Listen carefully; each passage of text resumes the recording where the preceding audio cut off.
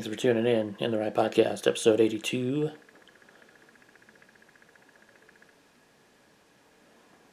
Got an awesome guest today. William Wheeler is our guest. Had a fun talk with him.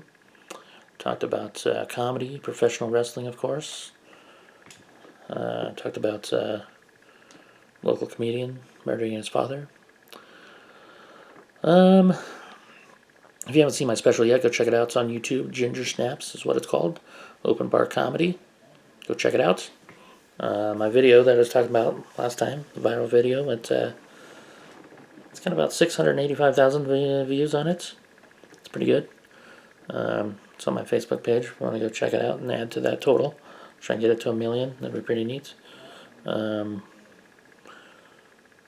have some shows coming up. Let's see, Thursday, November 21st, Santa Fe, the Jean Cocteau Theater. And then November 22nd and 23rd, I'll be at Looney's in Colorado Springs with Nick Hoff headlining. So come check out a show if you're in the town that I'm in, Santa Fe, Colorado Springs. Also check out my website, funnyfletcher.com or intheripodcast.com. You can buy stickers on funnyfletcher.com. Or if you want t-shirts, you can hit me up. I don't have those on my website, but hit me up. Also, thanks to Jarrett Reddick from Bowling for Soup for intro music, John Singleton from Anesthesia for outro music. All right, let's go talk to William Wheeler, everybody. This is a fun one.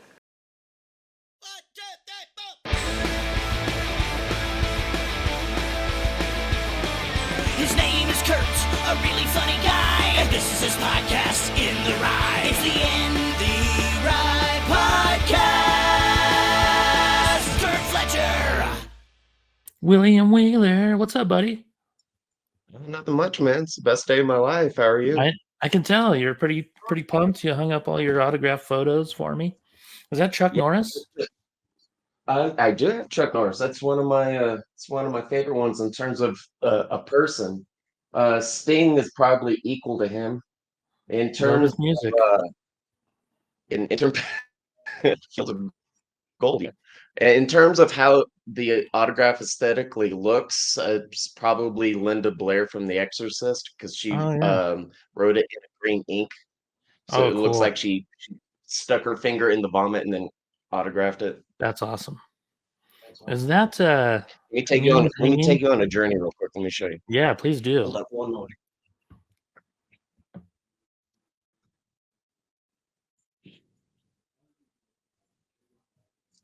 There we go. So yeah, it's written in green. That's awesome. Love it. That's super cool, man. Next sooner or later to I'll Sting, get. Is that Mean Gene Okerlund? No, that's Howard Finkel. That used to be the ring announcer for like when Hulk Hogan was famous in his prime. Oh, okay. It looks like Mean Gene, kind of. Yeah, they're very similar body types and aesthetics. Yeah, it's hard to see, but I actually met him before he passed away. I started collecting autographs when I got out of the Navy, and so I went to my first Comic-Con January of 2016, and then I've just been going to them consistently ever since. So now cool. I almost have all of my front room covered in autographs, and I haven't counted them, but I think I'm around 100 autographs, maybe 90. Oh, really? Yeah. What's your favorite one?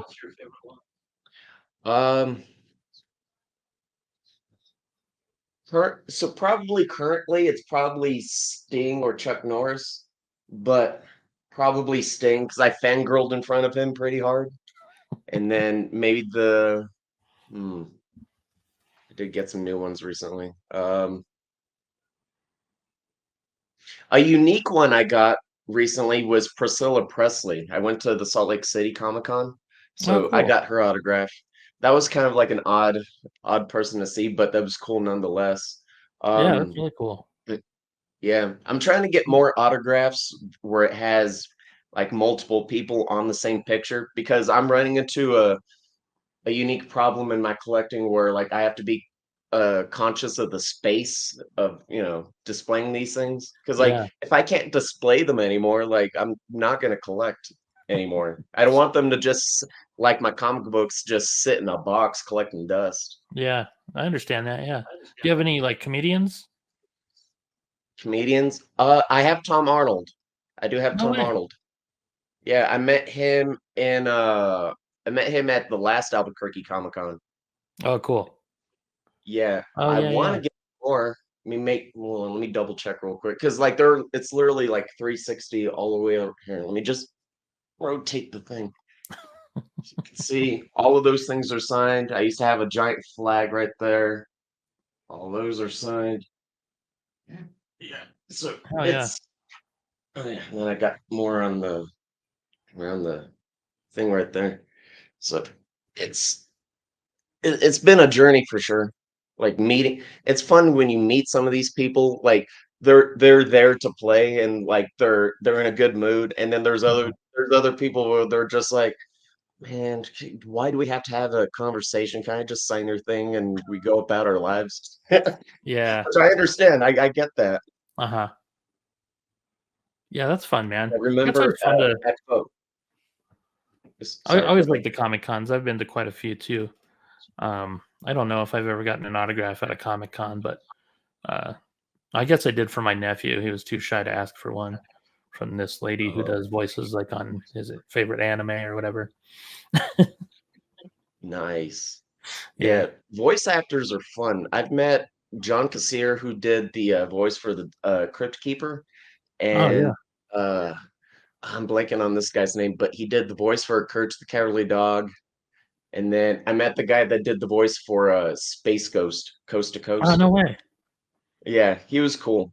Oh yeah. He was a he was a fun person to meet and just like watch giving autographs, because he like people that went to meet him for Space Ghost, he would say it like I could see him improving weird guests that were on the show on every autograph. Like every autograph he was giving was different. He would say, "On tonight's show, Tobo the talking chicken," and then like three things, and then he would sign his name. Oh, that's cool. Yeah, I I love that. always appreciate when they put a little thought and effort into what they're saying, along with the color of the marker and where the placement of everything is going to be. Because, Hmm. you know, you're probably going to, unless you sell them, but probably not if you're going to a con. But if you go out of your way to meet these people, you're probably going to have these autographs till you're dead.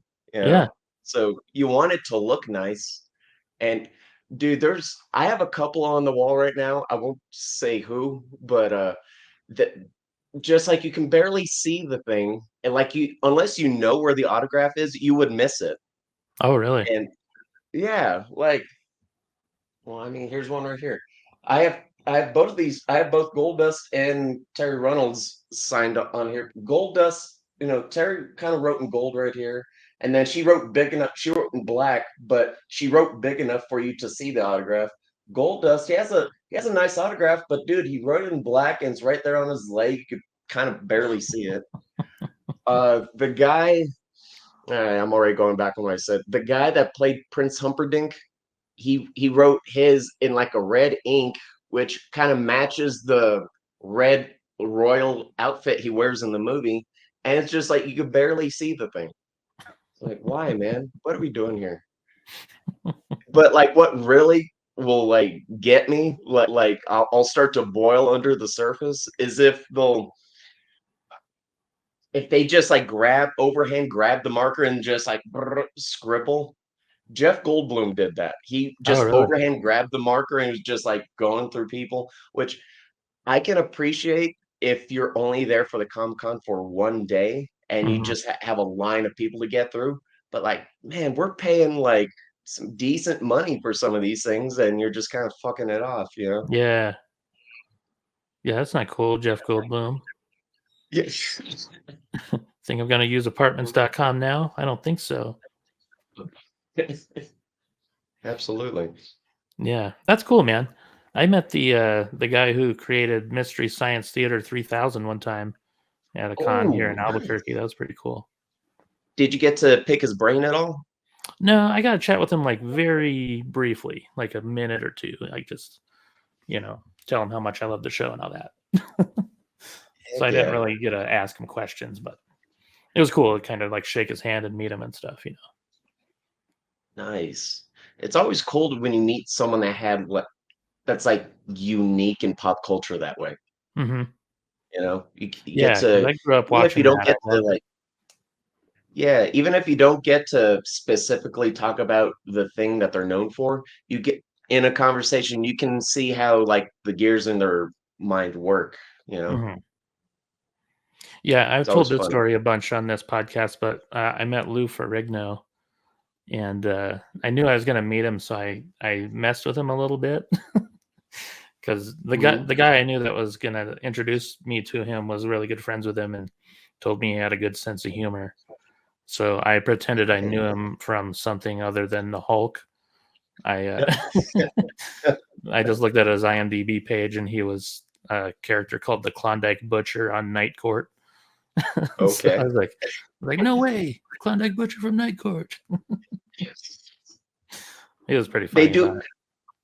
I think they appreciate it when you call out something that's not the norm, keeps it Yeah, fresh. I yeah. Or met if you're him, like legit like a fan of something else they did that wasn't very big. yeah. Yeah. Like I met at the Salt Lake City Comic Con, I met what's his name, Kelsey Grammer, Oh yeah, from Frasier. And like obviously Frasier's popular, but I was like genuinely, I loved the movie Down Periscope that he was in about the yeah. submarine crew that Mhm. he was commanding.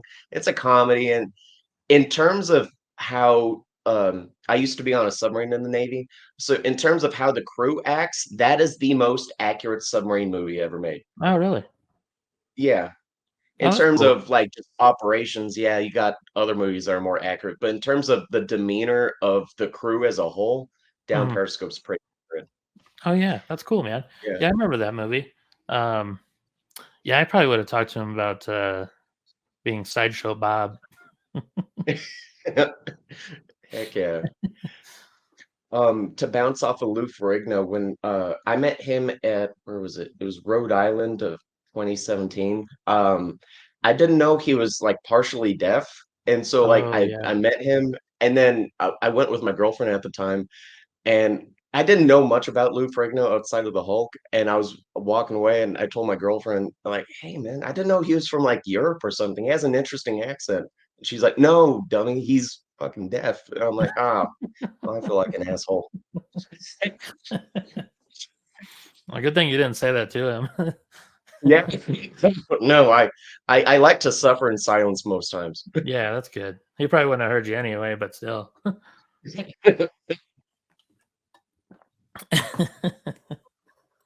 Yep, yep, yep, yep. Oh man, his hand is Um, humongous. Did you shake his hand? I did shake his hand. Like Yeah, before we even like closed hands, his fingers were already at my elbow, yeah. dude. It was insane. Same with John Cena. John Cena also had like humongous hands. Oh Shaking really? his hand was like shaking a forearm. It Oh was yeah, I nuts. bet. A lot of bodybuilders and wrestlers like that was the same. Kane was yeah, I don't know how tall Lou Ferrigno was, but oh, Lou Ferrigno was a big guy. Kane might have been the largest human being I've ever stood next to. Oh really? Yeah, in terms of just combination of like mass and height. Yeah. Uh, I Isn't he met like a a long mayor time. somewhere now? He is still, as far as I know, still acting mayor in Knox County, Tennessee. Yeah. Yeah, my cousin lives in Knoxville. He was telling me that. I think it was Kane, yeah. Yeah, yeah. If you ever listen to him talk, he's very articulate about a lot Is of he? things. It's shocking. Yeah. Yeah. I I think the also met biggest oh, go ahead, sorry. I met an MMA fighter one time in Tulsa. He had an MMA gym.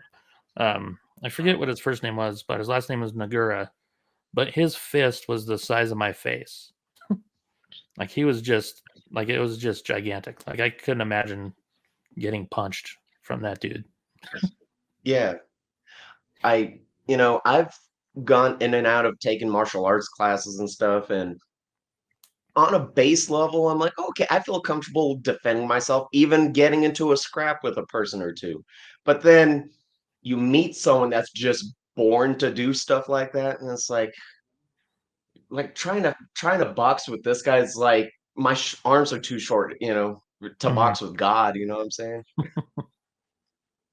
It's like I'm gonna lose, or even if I win, I don't have 3 hours to invest into a single fight.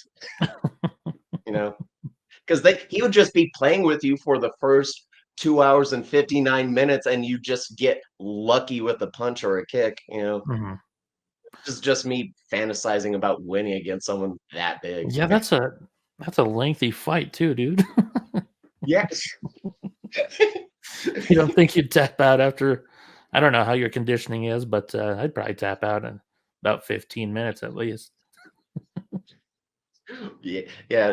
D Honestly, though, like, if you ever sparred with anyone, 2, 3 minutes, 5 minutes, you get tired. Oh, dude, if it's nonstop, yeah.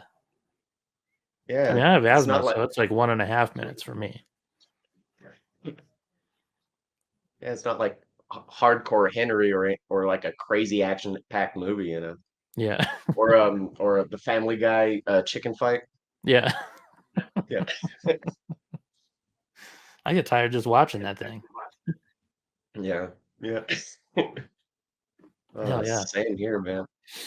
So you've been a wrestling fan your whole life?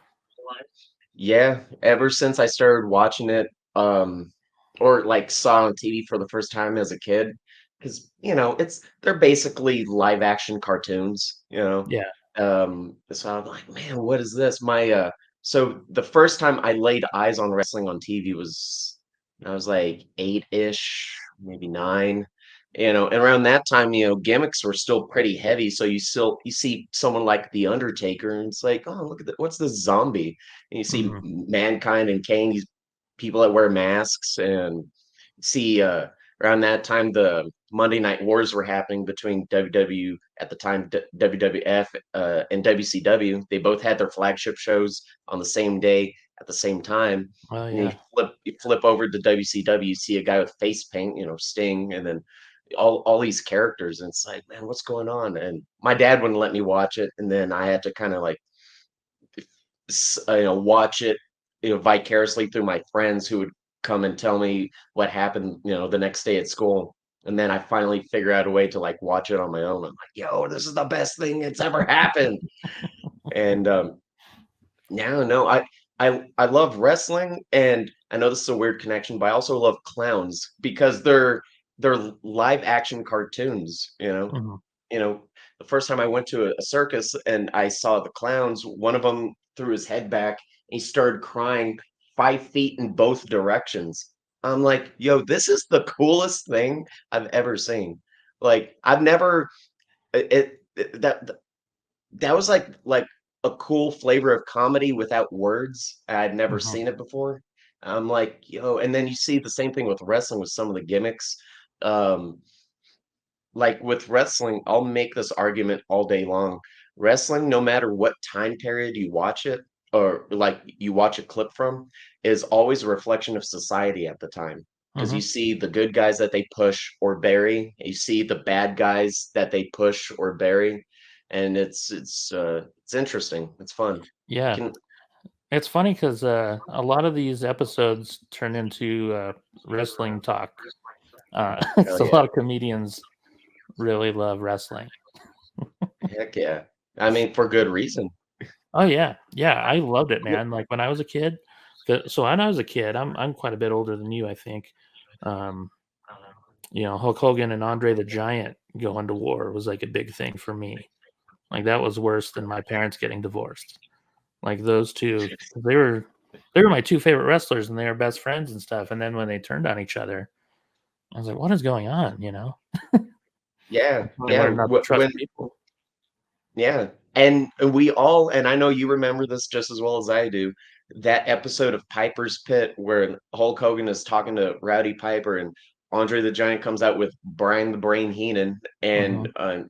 and he just like rips Hulk's shirt off of Oh, him yeah. and he's I'm like, gonna start "I'm crying, going dude. to challenge you for the World Heavyweight Championship." Yeah. Yeah. Did you watch you probably watched the Netflix thing about Vince McMahon, right? I did. I Yeah. binged it in like 2 sittings. Yeah.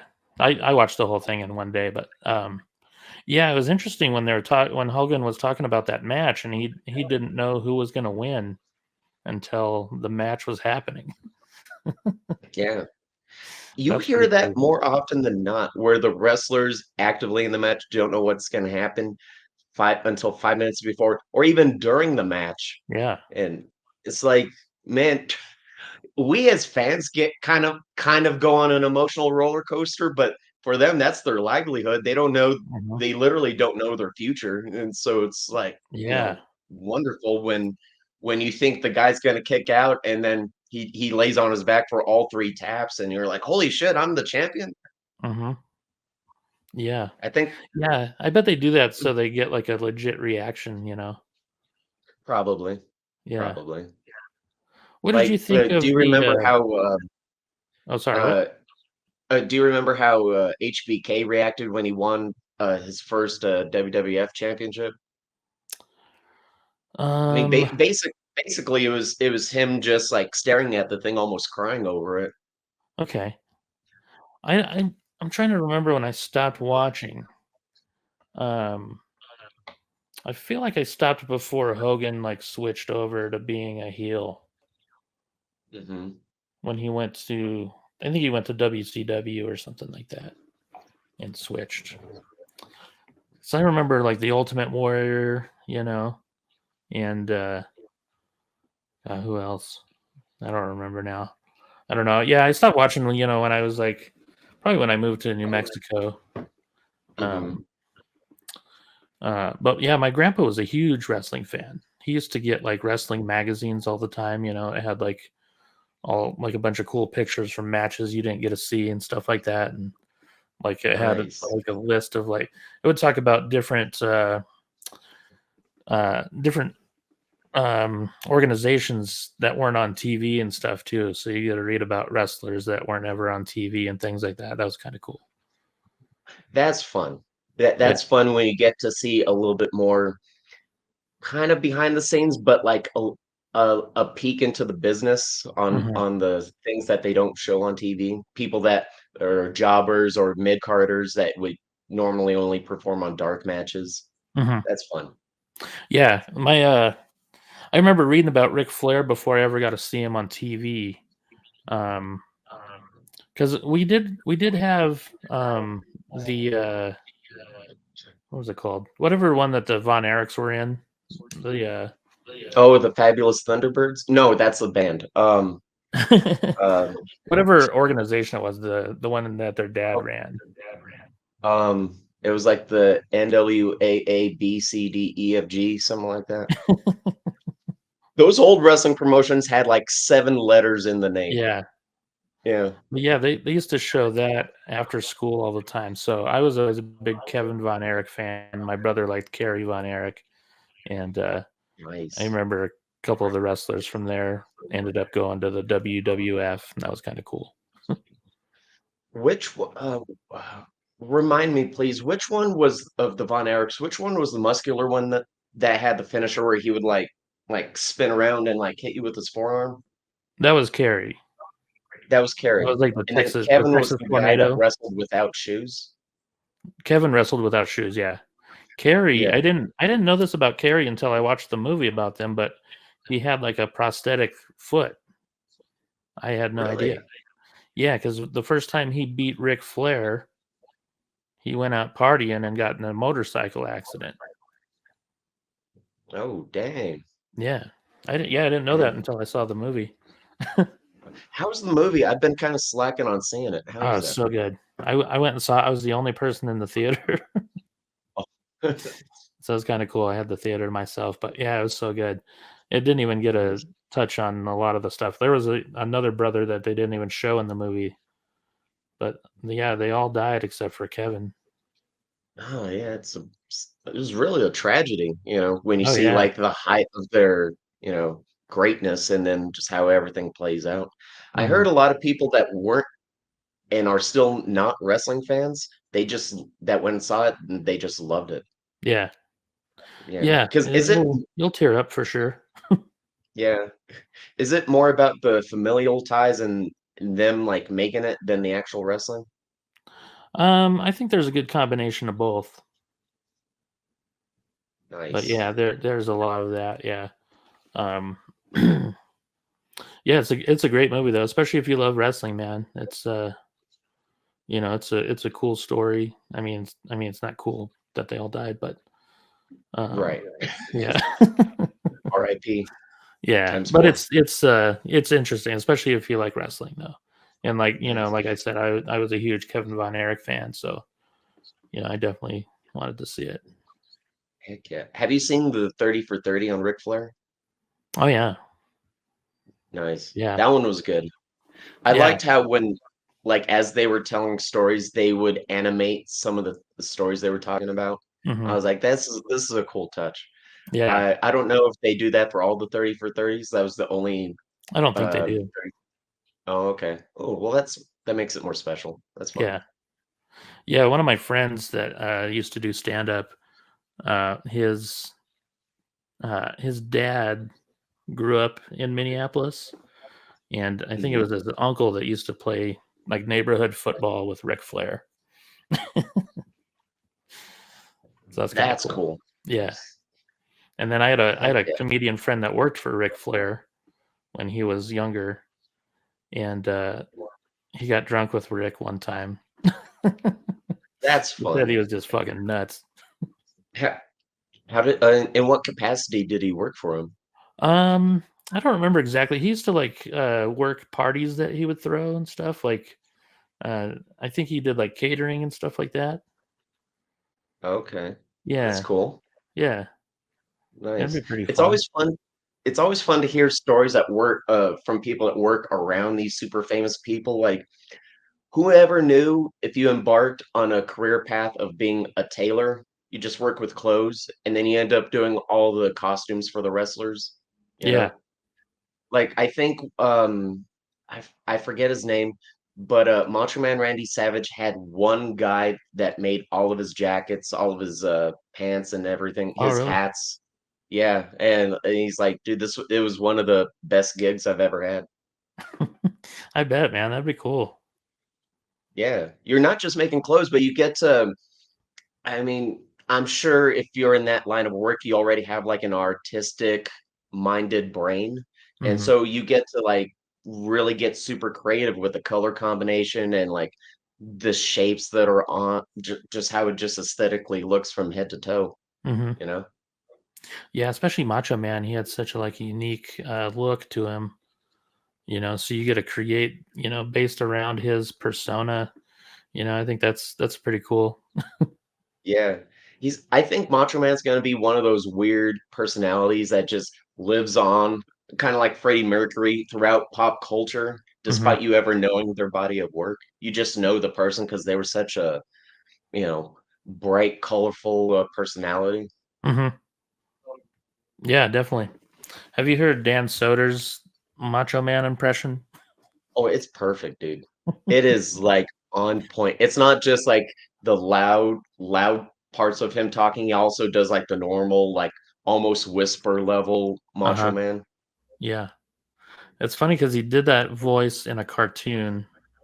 I forget the cartoon now, um, but I remember hearing it. I was like, oh, it's got to be Dan Soder doing that voice for sure.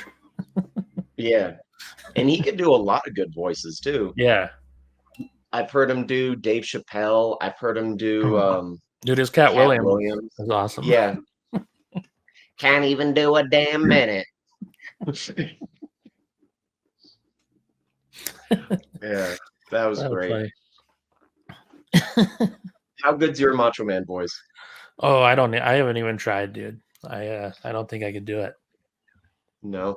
My No, I'll attempt? I'll try later on though, and I'm not around people or something. Not around people. Can Yeah. I give you But mine? yeah, try yours. Yeah. Hold on. Let me sit up real quick. I'm bent over. The cream of the crop rises to the top, and I am the cream. Oh, yeah, dig it. Hulk Hogan, you had to get your hot dog in the grandstand then, didn't you? Dude, that's awesome. That's pretty solid. It's not Dan Soder's, but it's pretty damn good. It's not Dan Soder's, but I do my best. Hell yeah. I still got to work on the whisper part of it. Yeah. At least you've been practicing. That's good. Mhm. It's I fun. like that. Voices are fun. If Yeah. you give yourself permission to be silly and just shameless with how you sound and look, you Hmm. unlock some fun pathways. Yeah.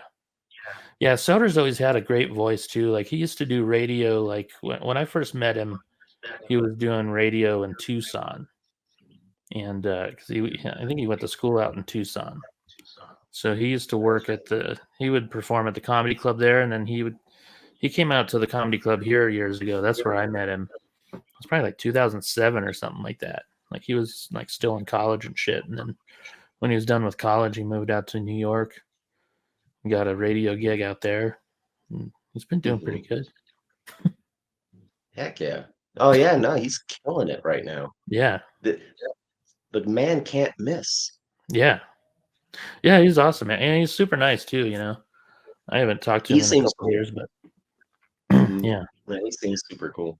Yeah. Of all the, 'cause obviously you've been doing comedy for a pretty good amount of time. Who are some of the coolest people? Never mind how good of a comedian they were. Who were some of the coolest comics you've ever met? Coolest comics. Brian Posehn for sure. Um, dude, he's fucking super cool. Jim Norton was awesome. Theo Vaughn is a good dude. I've known him for a long time. Um, Nice. do you know who Jackie Cation is? She tours with Na- Maria I Bamford a lot. that name sounds familiar. I bet you'd probably know her if you saw her. She's awesome. Um, Kyle Kinane. Have you met him? I missed. I could have met him. He was performing at the Drafty Kilt a long time ago, and I was Mm. just busy. So I missed him unfortunately. But I heard Oh he yeah, was super cool. yeah, he's great. One of my favorites was Carl LeBove, who was like Sam Kinnison's best friend. Oh, I don't know Um, him. so he passed away a few years ago, but he was like part of the Comedy Outlaws with Kinnison, Bill Hicks, and those guys. And Oh, nice. yeah, dude, I just did one show with or two shows with him in one night, and he was the nicest dude, man.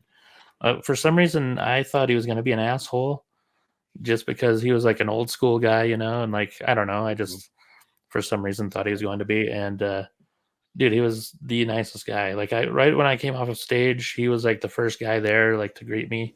He's like, dude, you're fucking funny, man. He's like, let's chat after the show. I was like, all right. It's Yeah. super nice. So you know, it's funny because it like I haven't met too many people who I'd consider assholes in this business, and the only ones that I have are like nobodies, you know.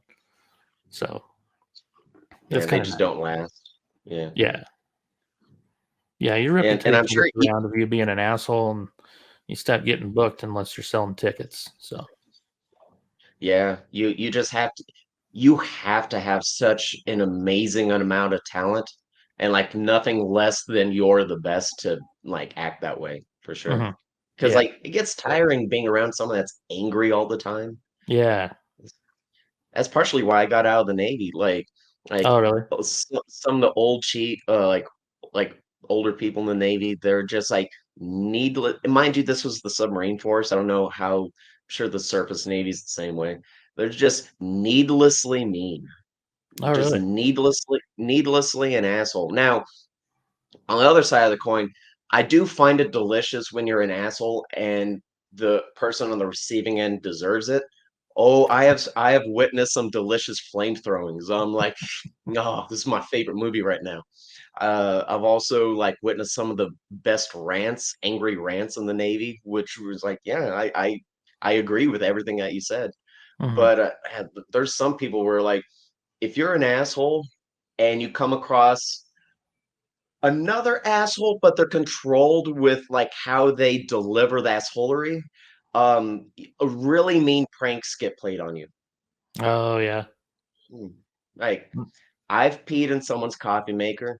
I've personally cut my pubes into tiny little pieces and put it into someone's chewing tobacco. I've done my fair share of fighting for the people, you know. Yeah. I thought you were gonna be like, I've murdered a guy or two. That's not a prank, William. Joke's on you. You're dead. It is if you're a necromancer. Hell's not so much fun, is it? The Not fun necromancer getting sounds like tickled a with a wrestler. flame. Yeah. When did you get out of the Navy? I was in from November 17th, 2010 to November 17th, 2015. I was in Oh, for wow. 5 Okay. years. So when did you start doing stand up? It was shortly after I got out of the Navy. I got out of the Navy, and then I just kind of chilled for about a month to unwind from the military a little bit, Mm-hmm. and then figure out what I was gonna do. And so I got out 15, and I started doing it June or July of 2016. I went to the box for I was on a date or something. I went on a Wednesday to the box for an improv jam, and that's where I met Tito and Elena. Oh, And cool. they're my comedy parents. They're the one that got me into it. Tito at the time was running the Bosey Brothers open mic on Mm-hmm. Sundays, and so I went and I went every Sunday for a month, and I was like, "Oh, this is fun." And I recorded my first set, so like I get reminded of that set once a year on Facebook. I'm like, "Wow." Writing aside, my stage presence has improved so much more. Oh, yeah. And definitely in that first year of me doing stand up, I looked like a popsicle stick. I stood there super straight. I didn't look to the left or to the right. It was just a struggle to remember everything I wrote down on a piece of Mm-hmm. paper that I wanted to say, trying to figure out how to talk to people in that format. Mm-hmm. And even when I would power through hecklers too, like that was like the one weird good thing that I about being at that level of suck in comedy, you will power through hecklers. Like people would talk at me, and I was just trudging along. I until my set was done, and I didn't even acknowledge their existence, frankly. Mm-hmm.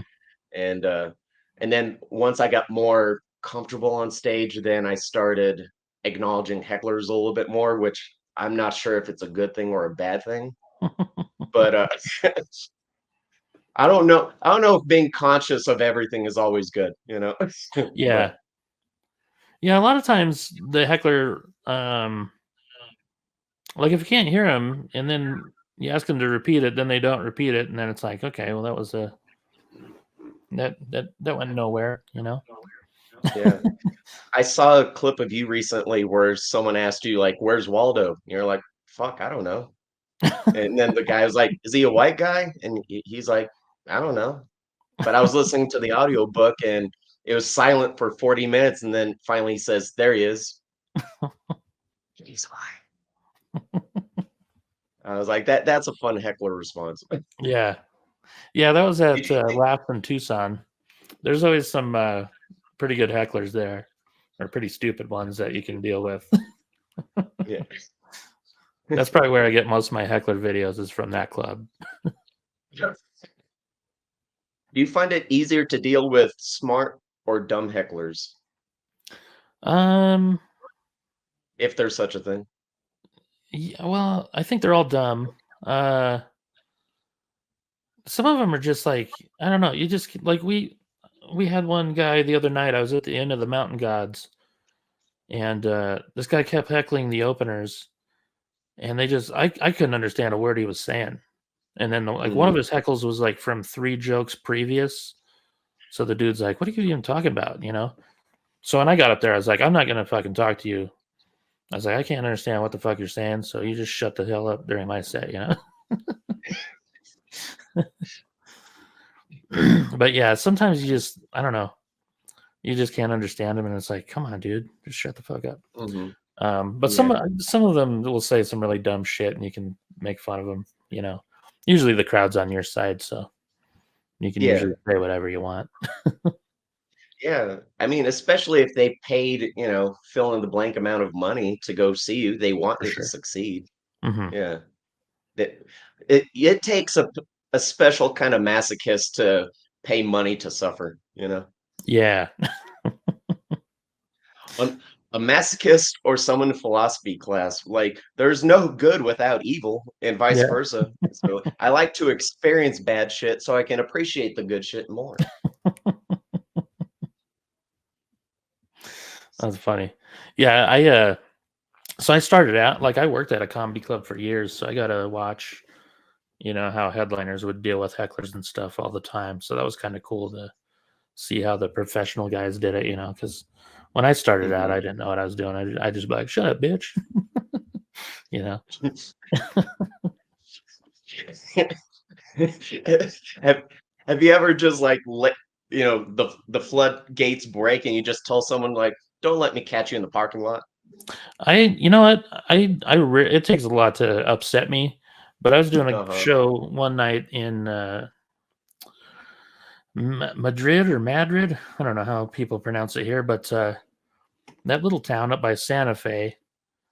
And this dude was like, he was just saying something after every joke, and I just fucking snapped on the dude and just yelled at him and shit. And like, I wish I could remember what I say. I didn't tape that set or anything, but um, I snapped at that dude pretty good.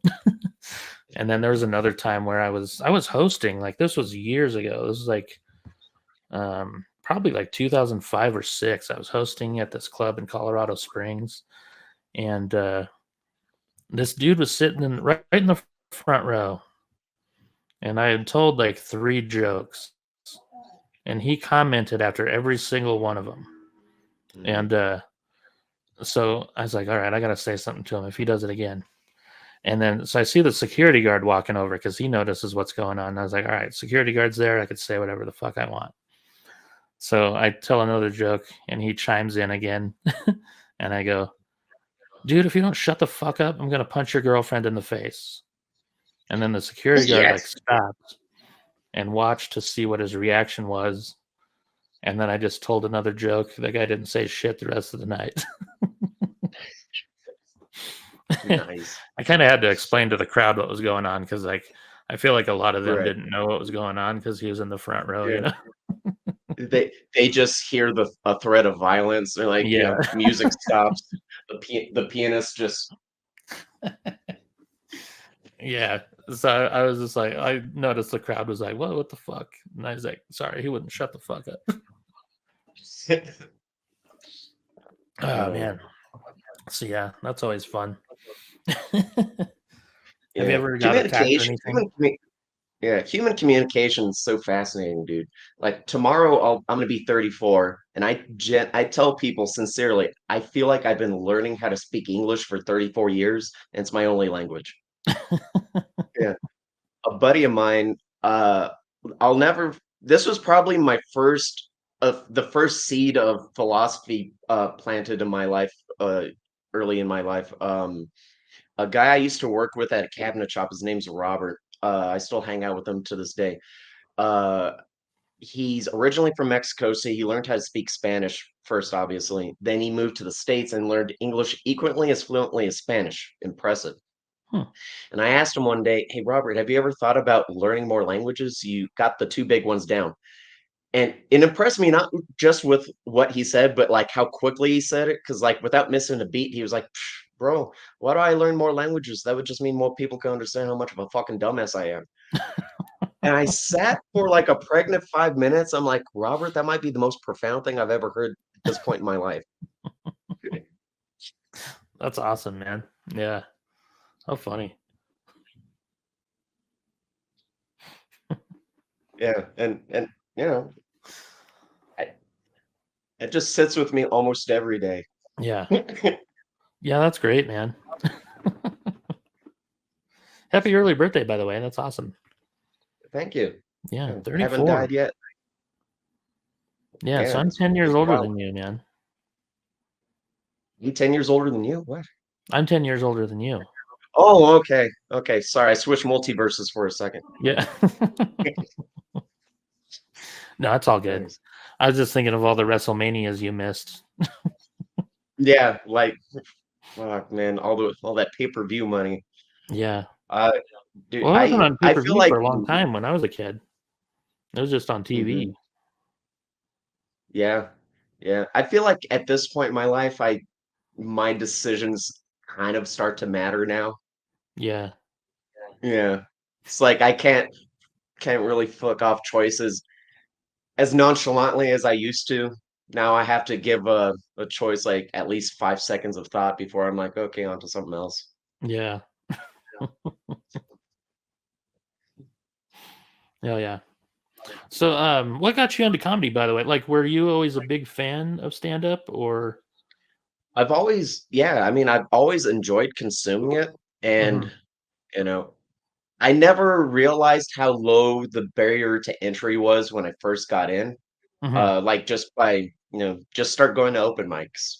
Yeah. And I didn't realize it was that easy. I thought it was like this weird secret society where you had to get like jumped in or, pay dues to get into like some learn a fancy handshake that takes 5 minutes to do. I thought it was like something that, wonderful, because it's like this is such a cool group of people, certainly there has to be some grand like puzzle box from Hellraiser you have to figure out to experience the movie. And in a way, I was kind of disappointed with like how low the barrier to entry was. Yeah. Anyone And could do it. because I didn't even get in by my ego getting flared up by watching someone that sucks. So I'm like, fuck, if that person can do it, I can definitely do it. That didn't even happen. I was just like, oh, I think I'm in it now. And so I was just so focused on like being good. And and then over time I just started seeing like who's getting booked, what they were doing to get booked. I'm Hmm. like, is this just a popularity game? Or is it like is or at least at this level, I wasn't even considering like the levels to it yet. I was like, does your actual skill level even matter? Am I still in high school? Like, what Twilight Zone episode is this? And yeah, and then it took a while before I finally heard an actual traveling comedian. His name's Will Spotted Bear. Oh yeah. He didn't use the word open micer. He was like, yeah, these people are hobbyists. I'm like, Hmm. that is the most perfect word. I'm like, hobbyists. They're just trying to stroke their dicks. They're not trying to be funny. Hmm. Never mind making people feel better after a shitty week, Hmm. or a day. I'm like, yo, I gotta pick my friends more carefully. you know? I've accidentally picked like a couple of people to hang out with, like in the early days. Like, and I thought they were objectively skilled with words, Hmm. like too skilled. One of them, if he wanted to, could probably start a cult if he's bored. You know, Hmm. I never realized how many psychopaths kind of like run in these groups. Oh So yeah. yeah, That's a lot. yeah. The amount of crazy that happens just because a comedian is bored is terrifying. Hmm. Yeah. Not Yeah. yeah. Yeah. It's crazy to think The of. worst day of your You'll remember the worst day of your life forever, but to me, it was only Tuesday.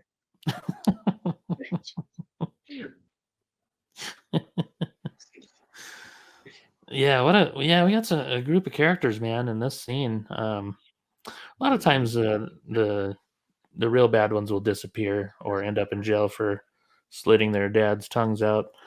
Um, Yeah, that happened kind of recently. Yeah. yeah, how nuts is that, man? Yeah. And, like, you meet these people before the bad thing happens. It's like it is kinda like dollar store Minority Report where you just know something bad's gonna happen, you just hope you're not in I that know. chapter of the With story, you know? with that guy specifically too, I remember thinking to myself, like, always be nice to this guy.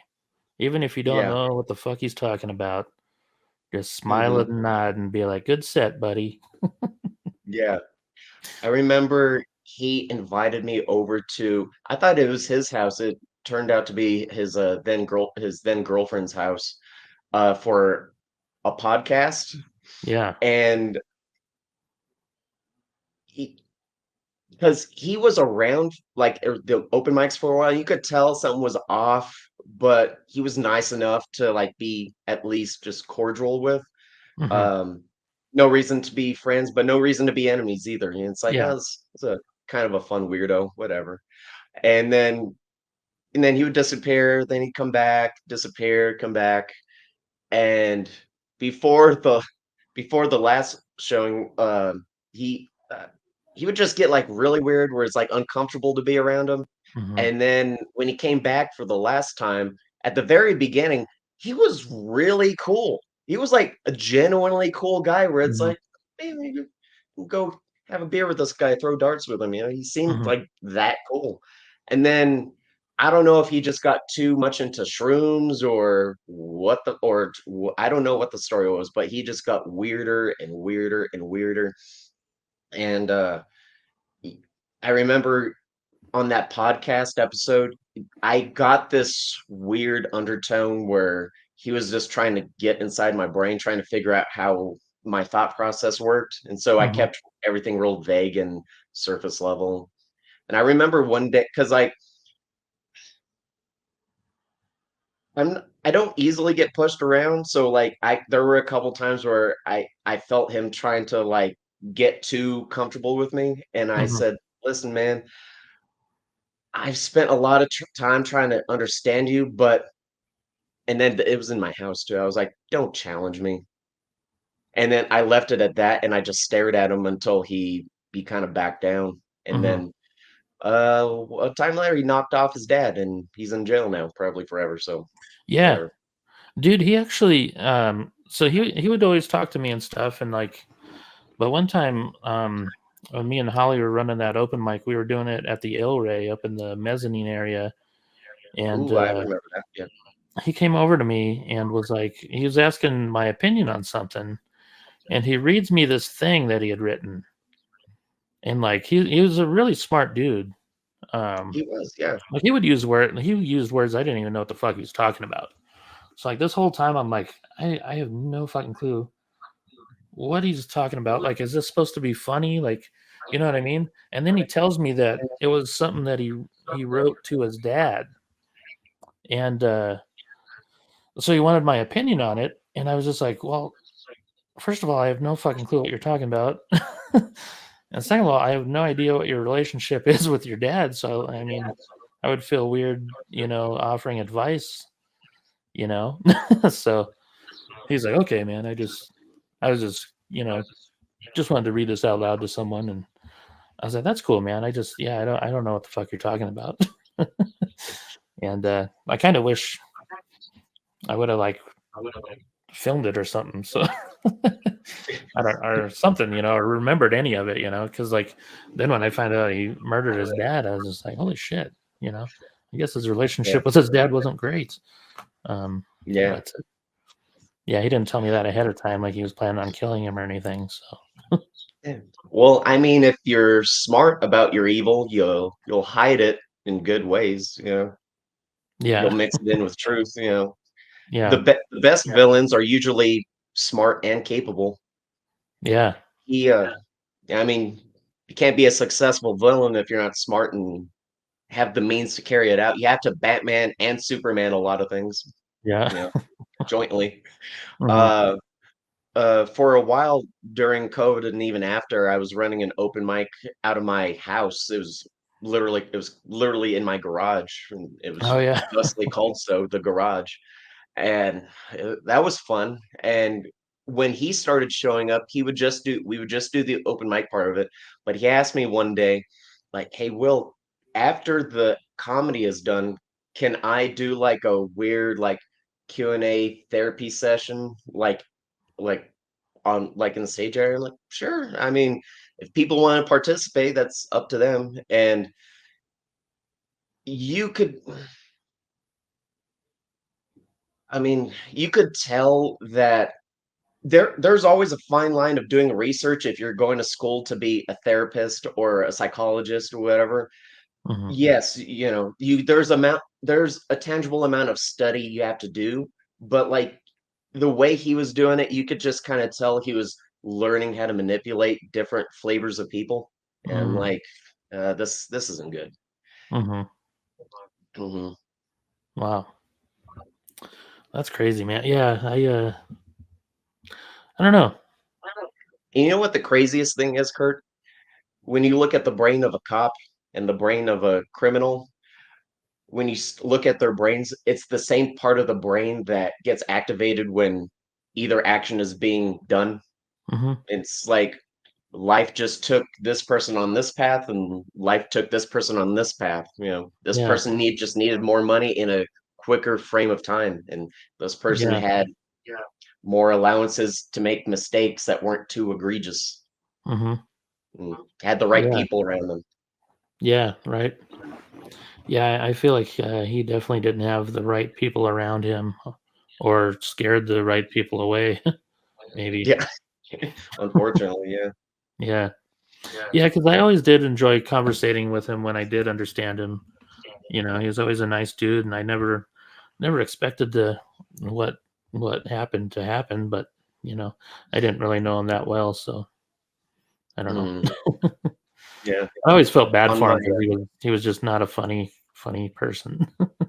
Yeah, I wasn't there for it, but there was one open mic, I don't know how long ago it was, where he just got up on the stage, he took off his shirt, and he just stared at the audience for 5 minutes. No words spoken. Oh wow. And as much as a fan I am for abstract art and like, oh, okay, let's evolve the craft a little bit. At some point, it's like, what are you doing, man? Don't hold us Mhm. hostage. Yeah, right. Wow. Well, this got a little dark, but Well, we can value the good even more from this story. that's right. Yeah. Um. So, what are your goals in stand up? Obviously, not to kill anyone in your family. Hopefully. Well, I'm not in the will, so not yet. So no, but Okay, Menendez, calm down. um, I mean, for the longest time, it was just to get more comfortable around people and Okay. to just learn how to talk in a different way. So I'm just Yeah. like more enjoyable to be around. Hmm. But at this point, I need to start traveling more, dude. I've been like so lazy in like the business side of it, and even to the point of just doing the thing, I've been like like embarrassingly lazy about it. But now that I have more financial resources to just go travel more, I do want to start doing the thing more. And I wanted to pick your brain about a website. Do you still make websites? Sure do. Just made one for Eddie Stevens. Made one for Maverick. Made one for my buddy Tim. Nice. Yeah. Nice. Yeah, because like I want to start doing the thing with more intent because I've been kind of lazy about it. Even performing at casadas, I'm like, oh, I'll get to it sooner or later. Yeah. But no, like my next goal is to perform at casadas, and then I'll just start going from there. Oh yeah. That's cool, man. Um, what was I gonna say? I totally lost it. It's all right. Call me at 3 in the morning when you remember. I know. Yeah. I'm like, hey, Will. I'll still be awake. I keep late hours. Oh yeah, I do too. That's why I scheduled this for 1:30. I was thinking that I'd probably still be just kind of waking up, but I actually Yeah. woke up at like 7 this morning or 6 this morning. So I slept a lot yesterday. I had a really bad headache, so I just slept most of the day. So I was just up at Oh. like 6 o'clock. Mhm.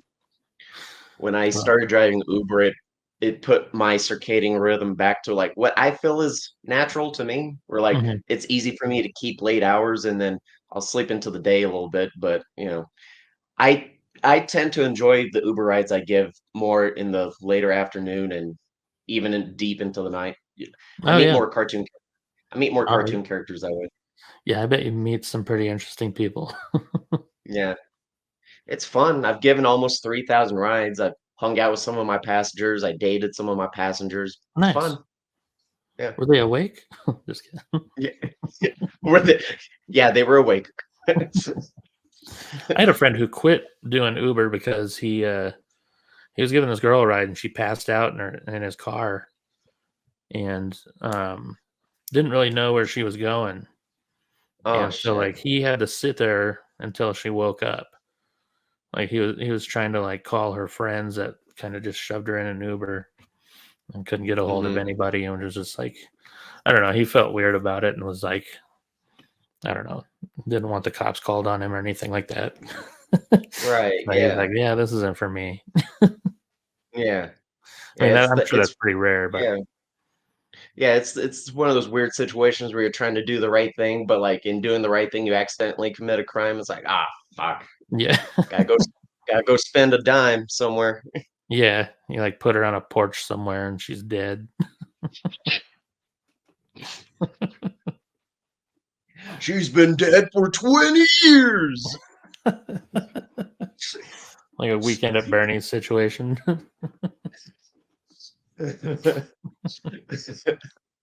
Hell Fuck, yeah. dude. All right, we're almost at an hour. I wanted to ask you like who some of your favorite comedians are though. Right now, my favorite comic is Tim Dillon. Oh, cool. Um, but in terms of like the newer class of people, but even I would even put him in the realm of all time. You know, in terms of Mount Mhm. Rushmore of comics, it's definitely him. Um, I mean, names I commonly throw out are Dave Attell, or young Dave Chappelle, um,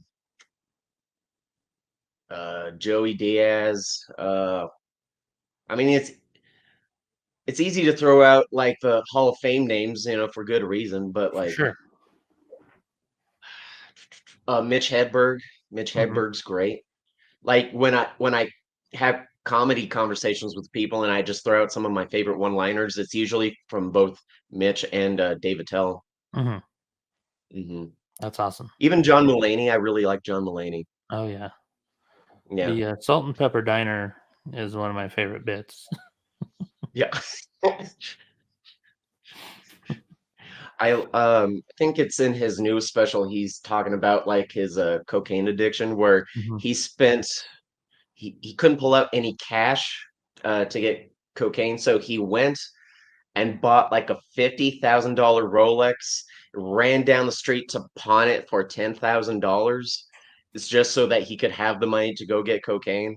And and just the process alone, never mind the money, the process it took him to go do all that. And he's like, yeah, I got a problem. I gotta stop. Yeah, Mulaney's great. Did you see SNL this past weekend that he hosted? I did not. How was Oh, it? you should check it out. It's pretty good.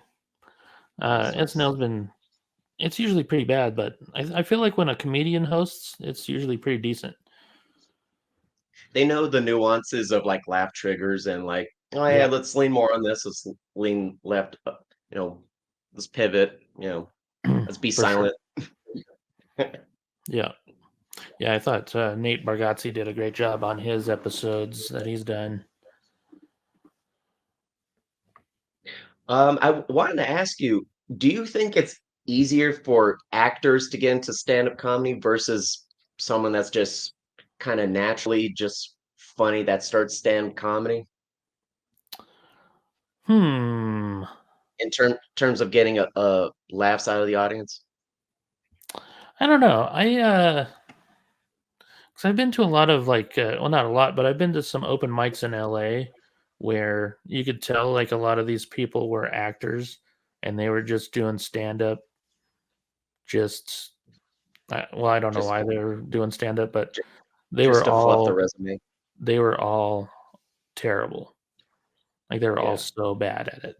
But they were also like young and they were not seasoned actors. You know what I mean? So like No. someone like a Okay. Bryan Cranston, who I've actually seen do stand up, I feel could transition pretty easily.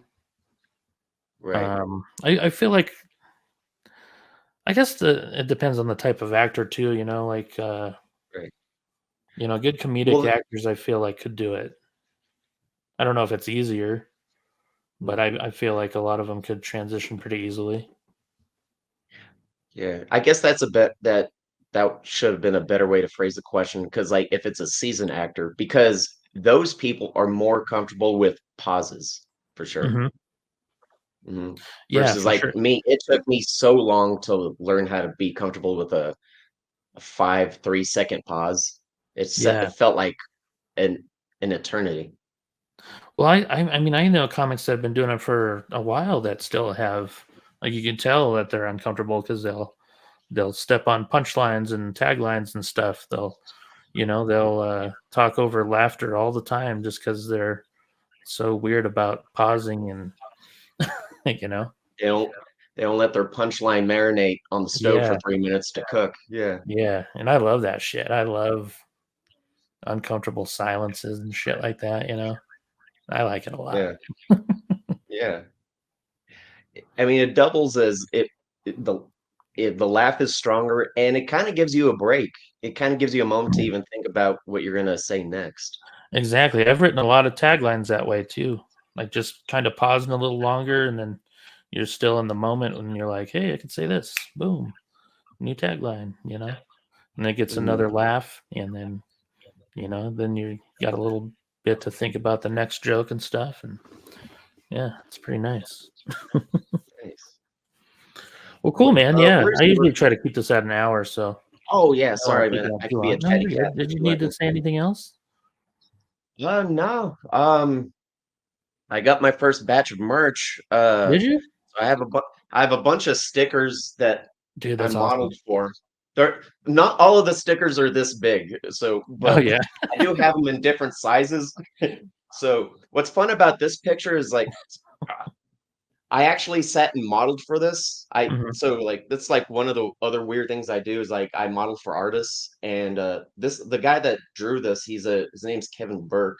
He's an animation artist, so I got his permission to draw this, and I got his permission to turn them into stickers. So I give the stickers out freely, and I'm doing like a Where's Waldo side quest. So because I have the stickers in so many different sizes, I really hide myself in a lot of different places.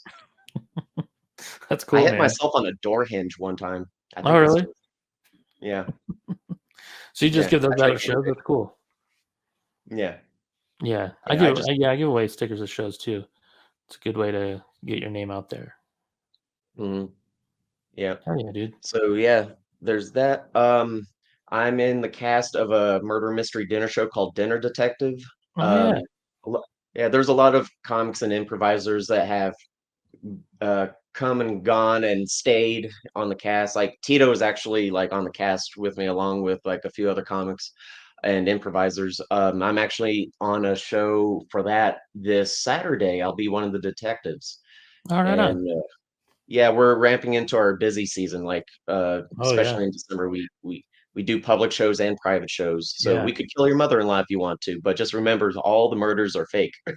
Ah, Yeah, I know. But it's a fun time. that is cool. But How did you get into that? Have you done improv before, or is that?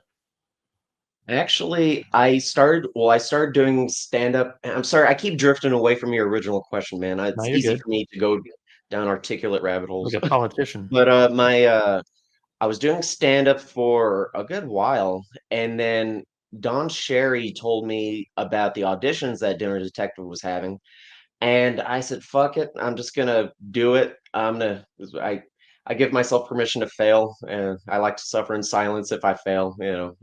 I take everything as a learning experience. I don't just take the what, but I also try to learn the why Hmm. of the good, the bad, why it worked, why it didn't, for all these reasons, this, that, and the other. I went. I was. They were in-person auditions, and I remember the scene I was in. What was it?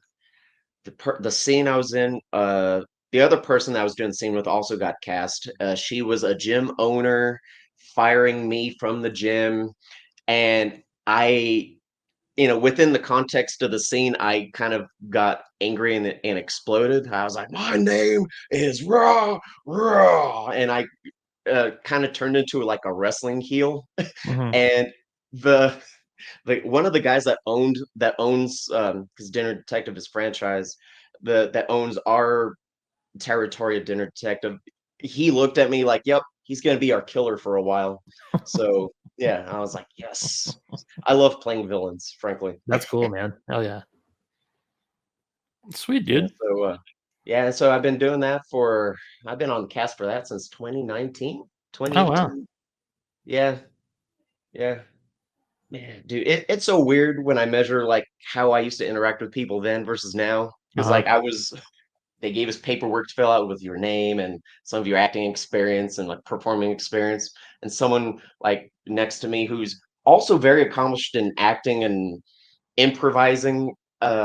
She doesn't do stand up so much, but she's more in the like improv world. She looks over and she's like, "Oh, your name is William?" And I look up at her. I'm like, "Yep."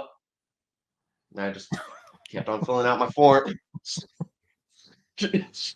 Now I try to have like a short little, "Hey, I'm conscious of your existence" conversation. Yeah. That's cool, man. Yeah, Yeah. yeah. Comedy and improv and stuff will definitely help with that. Yeah. Yeah. I've definitely gotten better at conversating with people over the years. I was always pretty shy. I'm still pretty shy, but I think comedy has helped a lot in that area for sure. Same. I'm definitely a learned extrovert. If I'm left to my own devices, I will not talk to anyone and be very comfortable with it. Yeah. That's how yeah, I was just in Canada for a whole week and it was just all day, just me by myself. It was great. Or then when I'd Nice. go somewhere, someone had like a weird accent. I couldn't understand him anyway. So I was like, all right, see ya. Yeah. I don't think I'm gaining or losing anything from this. We're just chilling. Yeah. Just give me my pizza. Well, cool, man. Thanks for coming on today. Yeah, thanks for Appreciate you having me, taking the man. time, dude. Yeah, I've always been wanting to talk to you like this for a while. Yeah, this is awesome. We'll have to have you on again, for sure, because there's more stuff we could talk about, I'm sure. Um, hmm Also, happy early birthday. That's awesome. Thank you. Yeah. Not dead yet. You'll get there. Uh, Yeah. Uh, but yeah, have a good show Saturday. I'll probably put this online on Wednesday. So Wonderful. Yeah, yeah, yeah. I'll share it once it's up on the socials. awesome. Appreciate you, William. Yeah, appreciate you, man. It's always a Yeah, pleasure. yeah. Thanks, buddy. I'll talk to you later. All right. All right, you too, man. Have a great day. See you, buddy.